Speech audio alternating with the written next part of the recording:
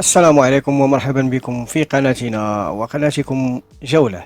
بعد انتهاء مباراة هايتي 4-2 لصالح المغرب، جاء تصريح مدربها كالتالي: واجهنا واحدا من أقوى المنتخبات، منتخب يملك الجودة والثقة، ورغم الإقصاء نحن فخورون بلاعبينا وبالروح التي أظهروها أمام واحد من أقوى المنافسين في العالم. اعتراف صريح بقوة وجودة لاعبي المنتخب المغربي، والعودة في المباراة بتلك الطريقة ونتيجة 4-2 خير دليل على ذلك. فبعد الفوز على هايتي ب4-2 أصبح ترتيب المجموعة الثالثة كالتالي: البرازيل في المركز الأول بعد فوزها على اسكتلندا 3-0، ويأتي المنتخب المغربي في المركز الثاني، وبالتالي سيشد الرحال إلى مونتيري المكسيكية لخوض مباراة دور 32 وخروج المغلوب. حان وقت الجد ولا للأخطاء يا وهبي.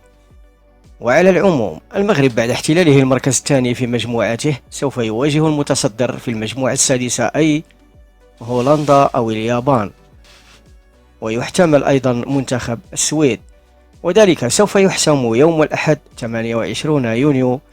يا ترى من الأفضل بالنسبة للمغرب؟ منتخب هولندا بقوته البدنية، أم مواجهة سرعة وانضباط منتخب اليابان؟ نتمنى أن يعود وهبي إلى التشكيلة الأساسية والفعالة.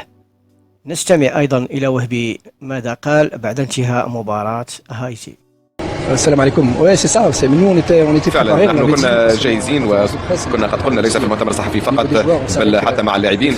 كنا نعرف ان هذا الفريق ليس لديه ما يخسره، وانه سوف يحاول ان يقدم كل شيء: كرات طويله، لعب مباشر، وبالتاكيد ترك ثلاثه لاعبين في الارتدادات الهجوميه. هنا واجهنا صعوبات رغم كل شيء. كان هناك تسديدتين فقط مؤطرتين، اتى منها هدفين وتسديده اخيره في اخر لحظه وراينا تصدي بونو.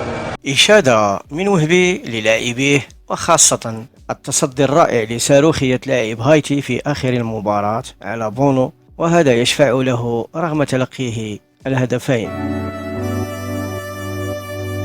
كانت هذه جولتنا، والسؤال الذي يبقى مطروحا: من الأفضل للمغرب في الدور القادم؟